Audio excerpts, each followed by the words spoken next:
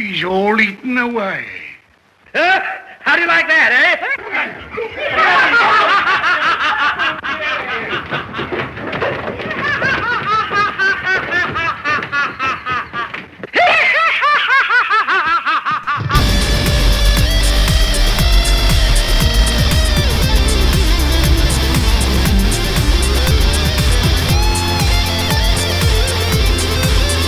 What's going on, everyone? I'm Heath. And I'm Jay. You're listening to Host of Horrors, show where we discuss and review horror films based off predetermined themes of the month. Jay! I see someone's excited for this month because it's what, Heath? Invisible Man Month, the best Universal monster. I don't know what Because he he's likes human. The best. He's human. Yeah. The worst monster of them all. The human one. The humankind. So, this month we're going through so many freaking Invisible Man movies. So, this week we're starting with none other than the original, right? Yeah, the original, 1933. 1933? I thought it was Yes. 1931. No, Dracula was 31. Man, all these freaking Universal monster movies, they go all together. Like, Yeah. they're so close, and they keep on making movies. They're like, they do movies left and right back in the day, weren't they? Oh, yeah, no, it's 100. It felt like a picture every other week, man. Just Yeah. like shooting them out like Tyler Perry does his plays. And it's directed by one of the original king of horror, James Whale. James Whale. Oh, wow. He did Frankenstein and Bride of Frankenstein, The Old Dark House, shit like that. He's dope. Was it James Whale directing at H.G. Wales? Shut up, Jay. You're not as funny as you think you are. I know. I get that a lot. But also, We have a guest! Hi. Barry! Woo! Hello. Yes, we are introducing Mr. Barry Lawson. Barry Larson. Hi, guys. Introducing Barry Larson, amazing actor and director, good friend of mine. What's going on, man? Thanks, sir. I'm very excited to be on the show. so Yeah. we've been trying to get him on ever since Months the and inception of this podcast. Yeah. And it's almost like every time something came up. Yeah. Like either was like I had something came up, Heath had something come up, or Barry had something come up. It was like our paths never were able to align properly until today. Until today. Yes. So we're going to have a very, very, very great time. And we love having three opinions. So if one of us doesn't talk as much, that's because we're letting our guest have some of the room. Y'all know how it is. All right. Not me. I'm going to overtalk you the entire time. Yeah, Like I don't you know do how all the this goes. time. Who talks? Is it my turn? We need a buzzer or a light or something? No. Just No you lights. find a pause and just jump in. Gotcha. So, all right. I know I've seen this movie. Have you two seen this movie? This Hell is my no. first time. Yeah. First time. You fell asleep. No, y'all. He fell asleep. This is okay. First of all, this is probably the first movie I fell asleep through in like literal decades. But I'm also like tired of shit because I've been up for God knows how long. He's a working man. Yeah. Working I am man. a working man, and I work too much, but I also need money. I feel that. Like, deep in my soul, I feel that. It was very funny though. Every once in a while. Me and Barry shit talking the movie. All of a sudden, we hear. And I forgot that I snore. So it was like I found myself like waking up and it's like they'll be looking at me and I'm like, what? And it's like, oh, you're asleep? snoring. I was not asleep. I was just resting my eyes for a second. I was listening. I was letting the image go through my ears and into my brain. He was listening to the movie. I was listening. I was like visually watching the movie. It was like an audiobook. Watching the movie. Yeah. Did you have any of those like dreams where you're kind of dreaming about what you're hearing, like where you saw the movie? You know what I mean? Oh yeah, no, and then you open your eyes and all of a sudden you you see these policemen like shaking their sticks. And I was like, why is there so many policemen? What did this person do wrong? But you know what this movie did give me? Like, I guess the vibe wise, because it just happens to be the sign of the times. So one of my favorite like silent films in a way, not really silent, kind of, is M by Fritz Lang. Yeah. Excellent And movie. Yeah. honestly, at this point, I feel like I equate every like movie from like the 1930s to like maybe the 50s to M because it feels like it was one of the first like murder mystery kind of things that really spoke to me as a kid, as we talked about like way back when we first started the podcast. So it's just like the circumstances kind of felt the same to me, except when it comes to the Universal monster movies, I feel like it's kind of, it's almost like they throw a dart and be like, all right, so you're gonna, oh, that's an invisible man. Invisible? Man. He's throwing a dart at a wall right now. And viewers, like, you know, just listeners. throwing darts and like just to figure out the plot. So it's like, it may seem like nonsensical, but it's like one hell of a spectacle. Well, it's funny because most of the time they have a loose adaptation. Like almost every Universal monster movie except for one is based off of either a short, an idea, or a novel. So you got Dracula, Frankenstein, Wolfman, The Invisible Man. All of those are novels or are based off of stories. Mm-hmm. The only one is Creature of Black Lagoon. That's the only original story. But that was also done in the 50s. Back in the 30s and the 40s, basically they were still reeling off the fact that, oh my God, we can make movies. We can actually make movies. Okay, so now that we can picture things, how do we write things? Because they're still going off of the silent era where it's just images. That's all that you convey your story through images. But now you're getting to a point where, oh, we actually have to make a story. Right. We actually have to write things. So how do we take this novel and condense it down into an hour? Oh, let's just he's just invisible. That's it. Well, what does it have to do with the story? Nothing. Is that related to the novel at all? It's not, no. Oh, awesome. There's not, other than him being invisible and having the name Griffin, there's nothing to do with the novel whatsoever. Interesting. Very interesting tactic there. Yeah, no, most of it's like that. Like even Dracula, like it's loosely based off the novel. He's a vampire. He goes to London. Yeah, there is a Helsing. His name is Van. That's about it. Tick the box, whatever.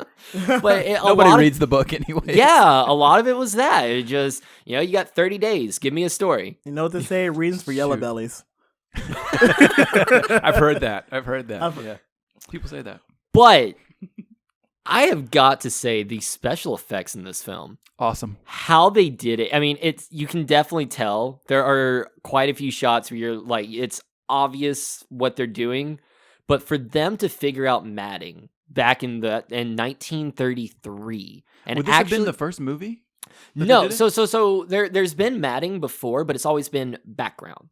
Okay. It's always been like, okay, for example, when we're in the doctor's office or his like a big house or whatever, what you see outside the window is matting. It's not actually there. It's just black velvet, and they'll put something on screen later in editing.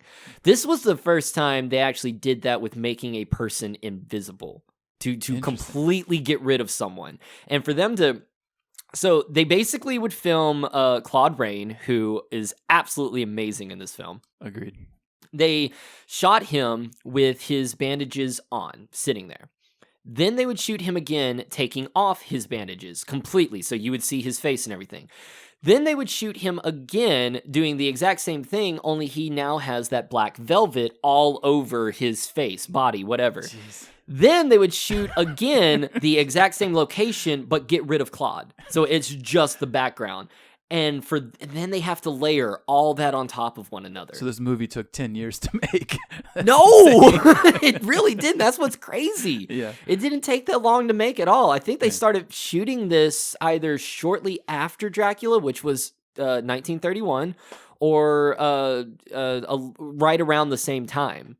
But I mean, it wasn't that far apart. It's insane. It's crazy that they came up with that in 1933, and I don't know how to do half the things I technically should be able to do in 2022. Exactly. You should be able to do it on your phone now or something. I don't know how they did that. I mean, with this, it kind of gives the same kind of, I'll say same energy, but it's like the same techniques that animators used in order to get that parallax effect going. So it's honestly in that same valley, except it's like seeing the concept of like special effects and and compositing that like reached that level, because we've already seen it like that kind of level of compositing happen way back then with like Man on the Moon and other films like that. But just to see the special effects be played out, it almost felt like it was being played out in somewhat of a real time thing, because with all of the compositing that they had to do, it just makes it feel real. Of course you can see it obviously that how where it is, but like I agree, it was a freaking awesome. Masterpiece. The fact that they were able to do that back in the 30s. Yeah, well, a lot of what you can see is like mainly like the full body shots when like he's still wearing a t-shirt or something like that. You can clearly see the outline. Yeah, there's something going on But there. when he's taking the wraps off and it's just his head, I mean, it's when almost you uncanny. saw through the eyeball to the back of the bandages, that looked really cool. Yeah. It's just crazy. Yeah. So good. I loved all the practical stuff too, like all the, I guess they were doing fishing line, like the books flying around, windows opening, all that stuff. It's very, very charming. Yeah. I think my favorite part was when that guy got and all you saw was like the table just like boop boop right on the head. That was like the last thing is like adding insult to injury. It was the table just like the fishing rod just coming up and then boop. I do like how they kind of played with the madness a little bit. Like the drug itself is making him go crazy, but like he didn't need to do half the shit he did. Like he got his books and all he had to do was leave the bar. Nope, got to kill the police officer, piss off a bunch of people. And the train, like why he kills the hundreds train? of people. Killed hundreds of people. And can we talk about the timeline in this film? Please. Because that was a little crazy. Okay, so this guy basically he shows that he's invisible to an entire town. The town tells the police officers. The police officers tell the head police station, which in turn tells the newspapers. Newspapers are printed and then distributed to the townsfolk, and come to find out that was all in an afternoon.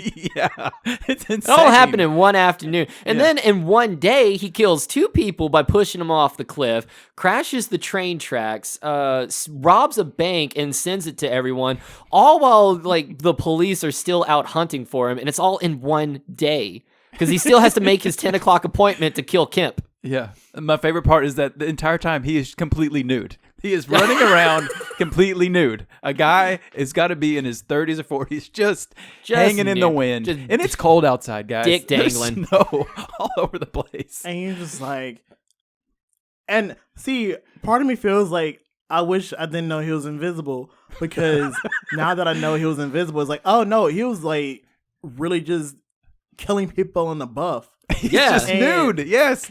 And it's more disturbing. Yeah, and granted, like we've seen a lot of people get killed in the nude or kill people in the nude, i.e. Patrick Bateman. Yeah, there's been awesome. Hey, yeah. Like ass out with nothing but shoes and a freaking chainsaw. And you can't help but laugh at those moments too. Yeah. It's funny. Well, I mean, you got freaking Christian Bale running butt ass naked in a hallway with a chainsaw. Yeah, it's funny.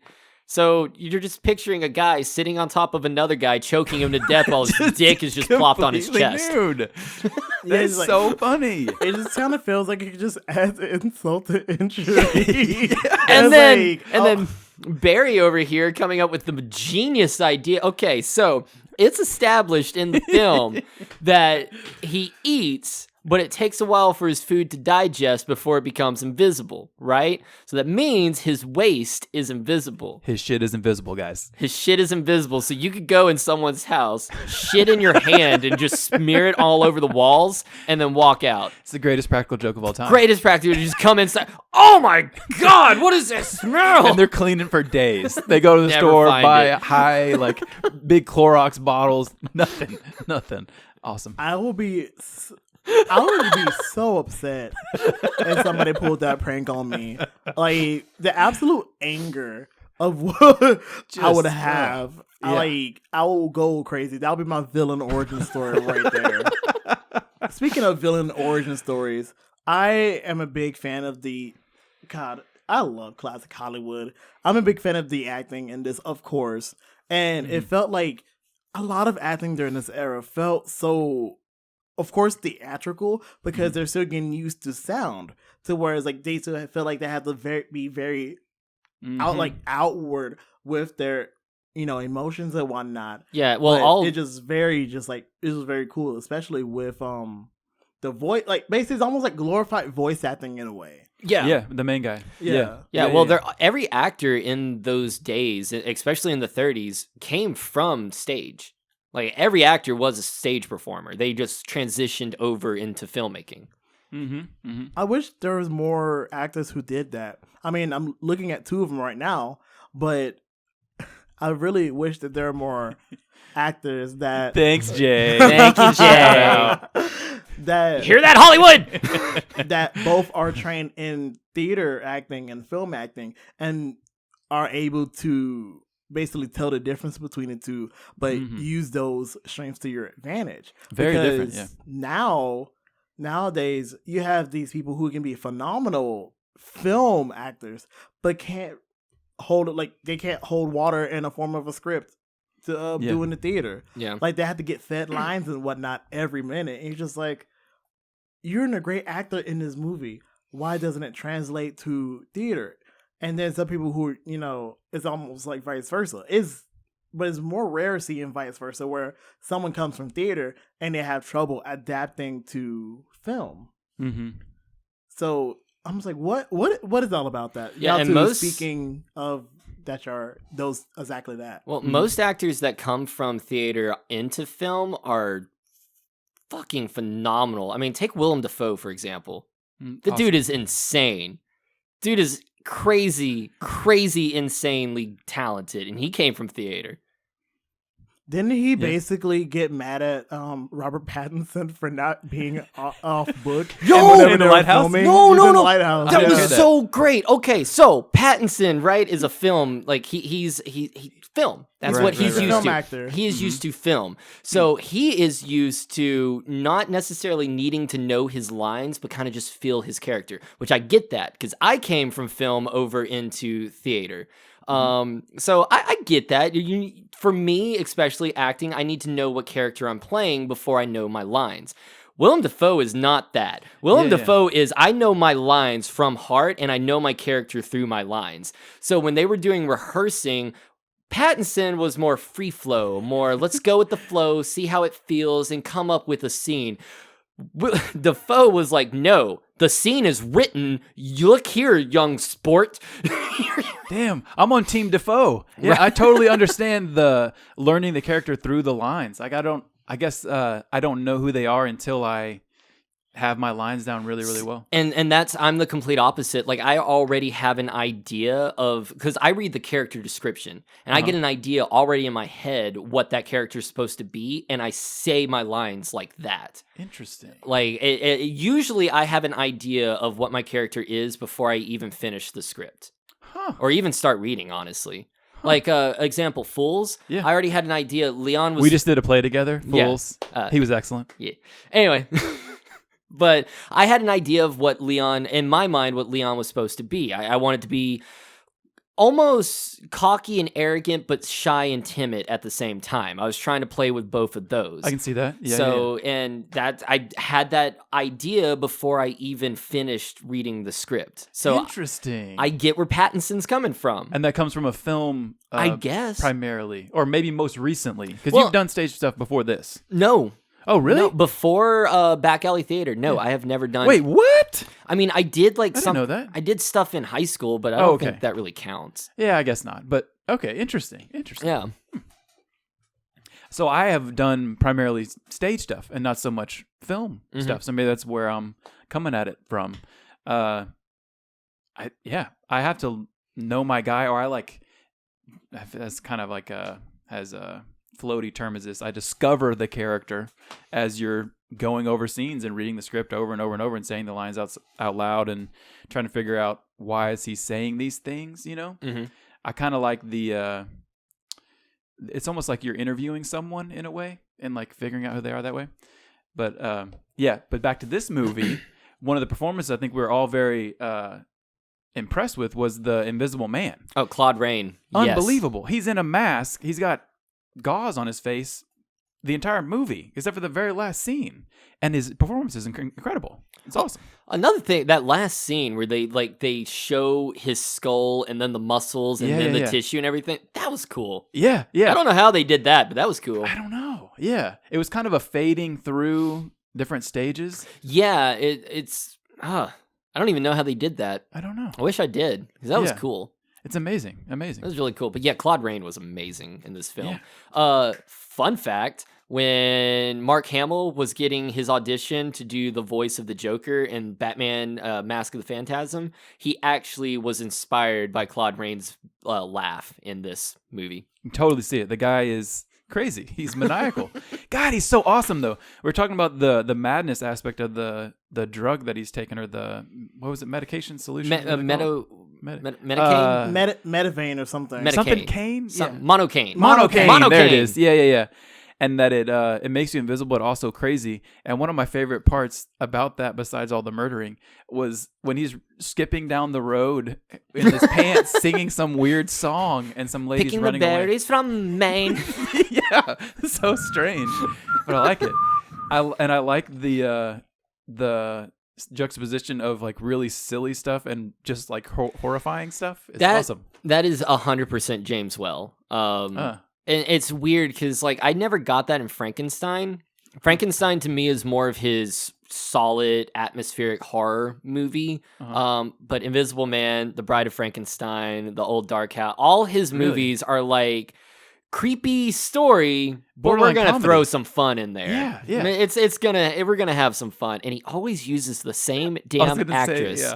Same damn actress, and I hate her whiny little voice. I can't even do an impression of her. Gosh, she's terrible. It's so awful. What is her name? I'm going to blast you. You're probably dead. Don't do that. Sorry, lady. Una O'Connor. Una? You killing me, Una. Don't talk about Una O'Connor like that. Here's Una, everybody.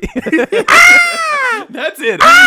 She sounds like a bird. Yes, she's so annoying. I mean, she kind of had the look of a bird. Like, have you seen her nose? That beak. That beak of a nose. Yeah, that profile's like, dang. The profile's strong.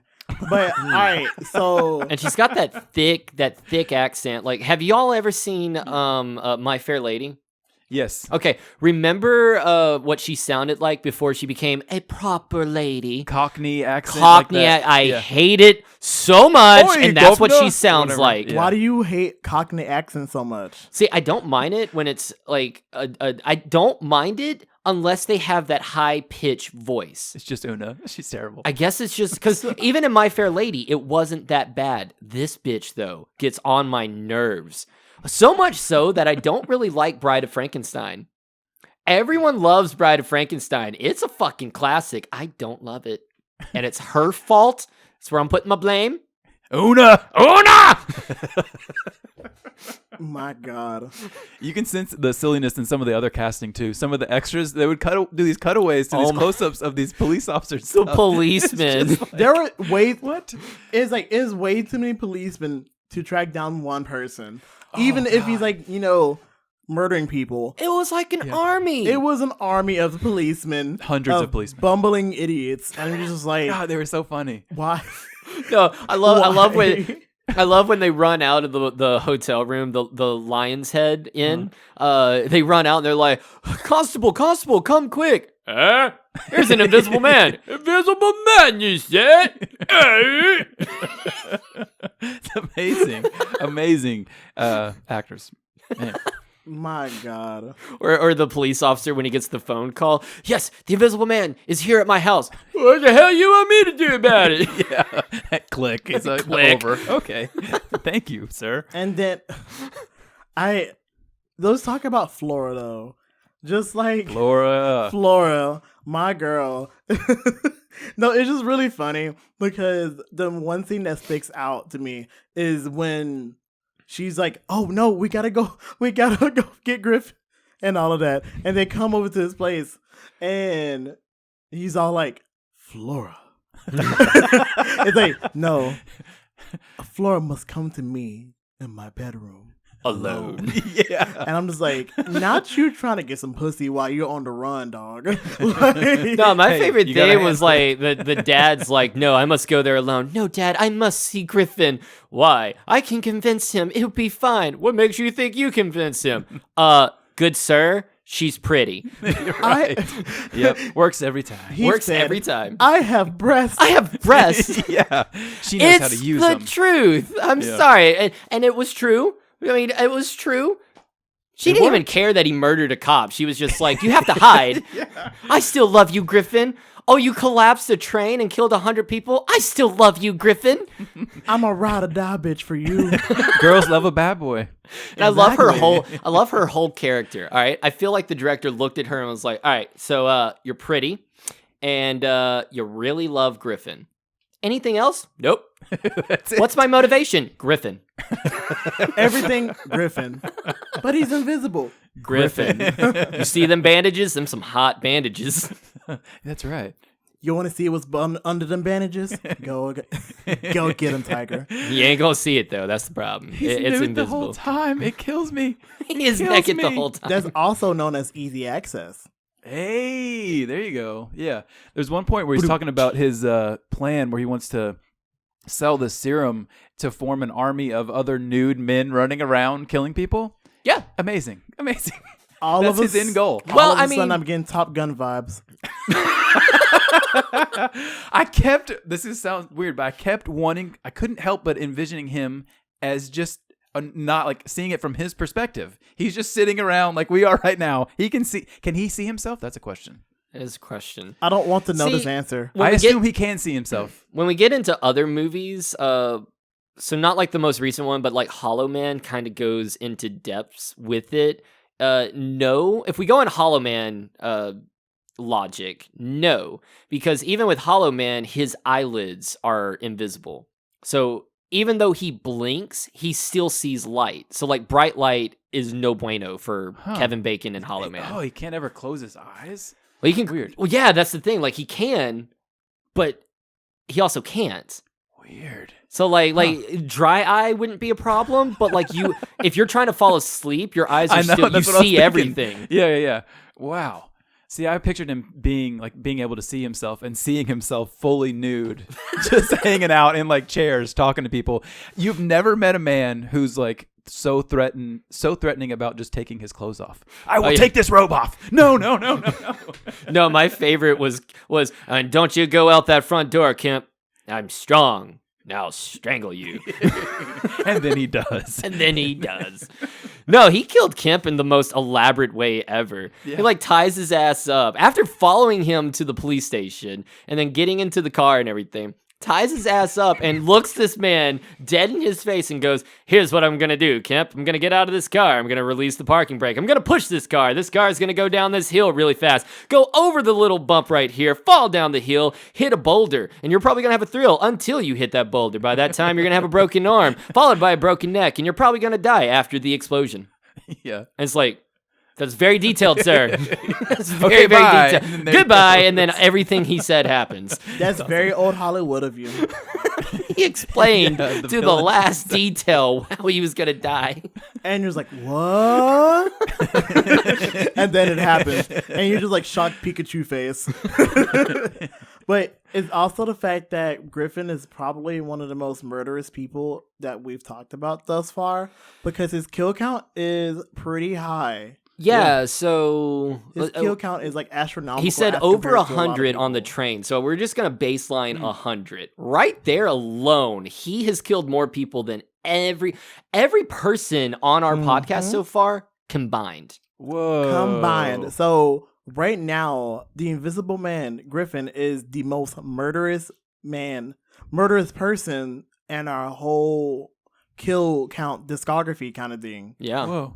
Not like we were keeping count. We did. And We then did, and stopped. then we kind of stopped because But like, it was hard to keep up. Especially when the movies are interesting, you kind of forget who died 30 minutes ago. Right. But yeah, no, Not a problem with this movie. Not a problem. Because everyone. Ask Jay. You get attached to everybody. Oh, never mind, they're dead. Yeah. Oh, you like Merv? Oh, sorry. He's gonna die within 43 minutes. Just just say your goodbyes at the halfway mark, and say hey to Flora for me. Flora. Those eyebrows on Flora. They're like drawn on. See, that you had to draw them bitches on back. Yeah, because they're very dark too. Because her yeah. hair is blonde, and then all of a sudden it's like just black. It's almost like they took some of that velvet shit and just taped it. Could have made her eyebrows invisible. That would have been great. Oh my god. Oh god, it'll make it look like what's that dude with what's that dude with like the blonde, all the blonde hair and like the blonde eyebrows? All of it looks like he's like has no hair. There's like some people that are like that who are like talking about Blade Runner. Ooh, the original. Yeah, the original one. Yeah, like that. The Android or whatever it's called. Yeah. God, I haven't seen that movie in forever. Yeah, me either. I just watched 2049 again the other day. It's on Netflix. I'm probably gonna check it out. So good. Yeah. I've also been watching that Movies That Made Us. They got horror I haven't movies. watched that yet. Oh, Is it dude, it's so good. Friday the 13th should have never been made. It's amazing. Whoa. Oh no, it's really cool. Like, aren't many movies were never supposed to be made, but here we are. Yeah. True. Man, it's luck and. Man. I wasn't supposed to be made, but yeah, here I am. That is true. Me too. I am the product of oops. Yay! We love happy accidents. We wouldn't be here today. Yeah. So, yeah, that was Invisible Man. Invisible Man with an invisible. I don't want to say dick. That. Oh, sorry. Is that where you're going? My bad. I'm telling you, all I can think the entire movie is this guy is running around with his dong out everywhere he goes. And I thought I was the gay one. It killed me. It was so funny to me. He's like so threatening and like, I'm going to murder you. I'm going to take over the world. Completely nude the entire time. Awesome. My God. So, final thoughts. What would you rate it? I would rate it like a good 3 because out of all the footage that I've seen of this film, I was interested in it. And plus, it's just a good classic. Shut the fuck up. It's a good classic story. All in all. Even though like it's almost like you're just taking a mere concept of something and just making something completely new out of it. And you're just like, oh yeah, no, it's Invisible Man. No adaptation here, just bloop and plop. Yeah. And it works. You just make a whole new story out of it and it works. Yeah. And 1930s Hollywood. That's all I gotta say. 1930s Hollywood. Stuff looks cool. Mm-hmm. Stuff looks cool as shit. Dude, I miss giant sets. Amazing. Yes. I mean, we didn't talk about that near enough. The walls on every building in this show are like this movie 60 feet it's tall. Unbelievable. Yeah. And I get why. I mean, you don't really want to build a ceiling or anything like that. And their camera, it's not like they could go from a wide to a close up and just switch camera settings. No. Because the camera was gigantic. The camera was one setting. You had one camera. Oh, I mean, you can just be rich. Everybody's rich. Everybody's rich. You have a high ceiling. It's like everyone has a mansion. Exactly. God. Another thing was the camera work. I really enjoyed the camera work. Yeah. Especially when like the dolly shot when he played with the set. Yeah. Like, he went from the office to the other room, and it's supposed to be closed off like an actual house, but you could see the transition between the walls. Right. I don't know, something about that. It's character. It builds character. It's very cool. Theatrical. Yeah. Very classic. Like classic theater. Yeah. I like this movie a lot. I'm gonna give it a 3.5. Out of what? We going 5? Yeah, 5. Or whatever chicken nuggets you may use. Yeah, I mean you can use how many chicken use nuggets chicken nuggies, invisible dongs. How many invisible dongs do I give the Invisible Man? It's cold outside, so I'm gonna give him a 2.5. No, I'm just kidding. 2.5 inches. That's pretty mean, yeah. I don't know. It is cold. 2.5 inches is it's decent. But it's not about the Wait, size. that's not it's normal, not guys. Wait, what? Hold on a second. That's another podcast. No, I'm gonna say 3. It was really fun. Like Jay was talking about the cinematography and stuff. The lighting, gorgeous. The close-ups. I feel like you just expect nothing less out of this era of Hollywood. Like, it's always like everything has to be at like 11 because they're hot as fucking that set. Shit, yeah. They are hot. So it's like all the lights are on them, but it works so well. Everything looks so pretty, gorgeous. So dreamy. Yeah. And all of the women are just photographed so like soft and beautiful. Mm-hmm. Oh yeah. and it just works, and it works very well. I'm at it. So. Some of, like we're talking about, the camera was basically in one position. There were some of those super low angle shots when the invisible guy would stand up and be super powerful looking. Mm-hmm. Those was like the only time you saw the ceiling, I think, maybe in the whole movie. And that's how you know they actually made a ceiling, or they faked the ceiling, or the ceiling was matted. Ceiling was matted. There you go. They filmed a ceiling. We'll put it in post. Do it in post. I really enjoyed this thing, and I didn't know anything about the book behind it. I didn't know that it wasn't based on anything. That's even more impressive. They're just kind of, we'll make this thing. Yeah, H.G. Wells, the king of sci-fi, essentially. For sure. Oh yeah, no, he's got a lot of sci-fi stories that have been adapted. It just also goes to show how closely linked early horror and early science fiction are. Oh yeah, especially when you get into like the 50s. Like I feel like the 30s, even the 20s on up to the 40s, all the horror that you would see was like folky, old tales. You hear about ghost stories, or you've read Dracula, vampires, things like that. Once you got into the 50s, though, that's when human errors, and you got like the atomic monsters and aliens and things like that. Whoa. You can also kind of count this one in the same vein because it deals with science. It deals with medicine. Yeah, no, it's definitely science fiction, but it's more of a human, like humans messed up and created a monster. It's not like a giant tarantula storming the desert. Man, there were so many of those movies, right? Yeah. Ants, hornets. Jay's cringing right now. He bunny rabbits. Have y'all seen the giant bunny rabbit movie? Oh. No. I forget what it's called, but there's a movie. It's called Hop. No, I don't know what it's called. I forget what it's called. But it's a movie about bunny rabbits, and they're giants. And they kill people? That's giving No, it's the greatest thing ever because they built sets, like little miniatures of homes and stuff like that, and they just got cute little adorable bunnies running over the sets. That's awesome. That's the movie.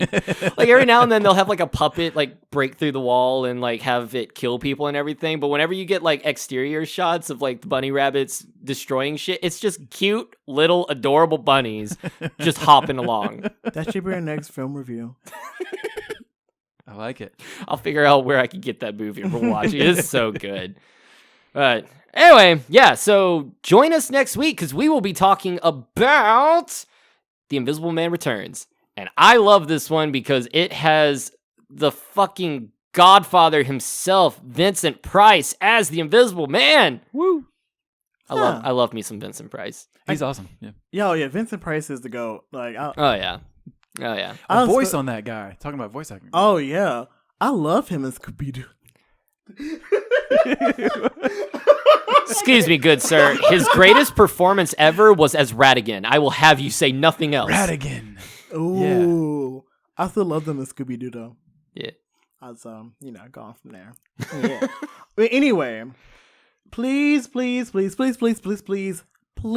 like, subscribe, ring on that bell so you know every time we put out a video. We're putting out episodes every week. Very every week. Yeah, every week. Yeah, English.